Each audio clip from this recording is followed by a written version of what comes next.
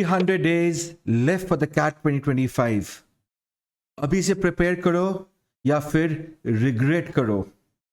In this video, I'm going to be giving you the ultimate preparation roadmap for the CAT 2025.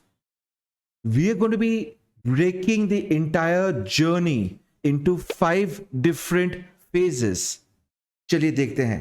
The first phase is your fundamental building block. This phase is going to be there for the month of February, March and April. 3 महीना के लिए. और इसमें क्या जरूरी करना होगा आपको? You have to work on your basic concepts. अगर आपका कॉन्सेप्ट अच्छा नहीं होगा, you will not be able to move up the ladder. तो जितना भी आपको फोकस करना है, आपको अपना बेस बनाने में फोकस करना है. What should be the preparation time? You have to study 10 hours a week. Now you can divide it into 2 days or you can divide it into 4-5 days studying for 2-3 hours in a day. इस phase में you have to work on your level 1 and level 2 problems. चलिए देखते हैं next phase क्या है. The next phase is concept consolidation phase. इसमें क्या होता है? जितना भी मैंने fundamentals पढ़ा है, obviously उसको एक राउंड ऑफ रिविजन चाहिए और कुछ ना कुछ ढंग से नहीं हुआ होगा. तो जितना भी हम लोग ने पढ़ा है, I have to strengthen my fundamentals and revise it properly. और जहां जहां पर मेरा गैप्स है, I have to ensure that's been done well. ये phase is going to be done in the month of April, May and जून.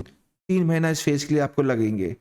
इसमें भी roughly about 8 to 10 hours का आपका प्रिपरेशन लगेगा on a weekly basis. Third phase is intense practice phase. As the name would suggest, मेरे को खाली practice करना है. इससे क्या होगा? In this phase, I'm going to pull up a lot of speed across out there. Speed is going to be essence for the CAT. I cannot work on the speed in the first or the second phase. अगर मेरे पास fundamentals ही नहीं होंगे, I cannot work on the speed.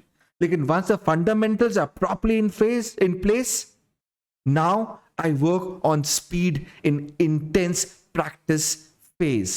This is going to be done in the month of June, July, August. ये 3 महीना आपको खाली इस phase में आपको तैयार करना पड़ेगा. Next phase क्या होगा? Is going to be the revisionary phase. It is going to be in the month of September, October and November. And as the name suggests, मेरे को खाली रिवाइज करना पड़ेगा. In this phase I don't learn anything new. जितना भी मैंने सीखा है, मेरे को खाली उसमें खाली रिविजन्स चाहिए. कितने घंटा पढ़ना चाहिए इसके अंदर? Anyway between 4 to 6 hours a week. इतना कम क्यों? बिकॉज मॉक्स भी साथ में देने पड़ेंगे आपको, इसलिए रिविजन का टाइम आपको कम हो जाएगा. And revision is going to be based on your mocks.